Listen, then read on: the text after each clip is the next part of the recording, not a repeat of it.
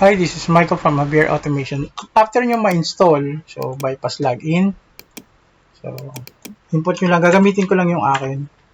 Hindi ko kasi alam yung bypass login. Okay, minimize nyo muna. Tapos ito, extract nyo muna to. Di lang. Right click, extract lang. Tapos, pasok kayo sa loob. Itong x64, run nyo lang. Next. Accept. Next. Yan. Click nyo to, install driver software anyway. Okay, then finish. Tapos, punta kayo dito sa start menu, right click, device manager.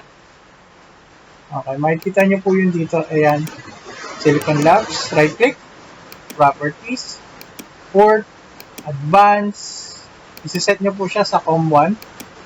Okay, then click OK. So, dapat magiging COM1 na siya. So, okay na yan. Next, ito yung mabilis siyang portion. Balik po kayo dun sa downloads. AS. Ito yung patch.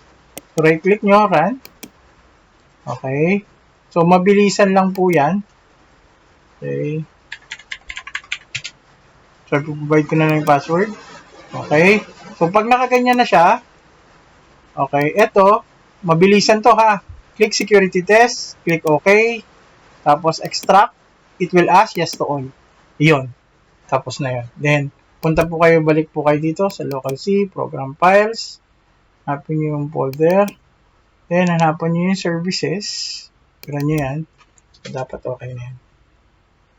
Okay, yan. So, wala na siyang error. Pwede nyo na i-test yan. Okay? So, ganun lang siya.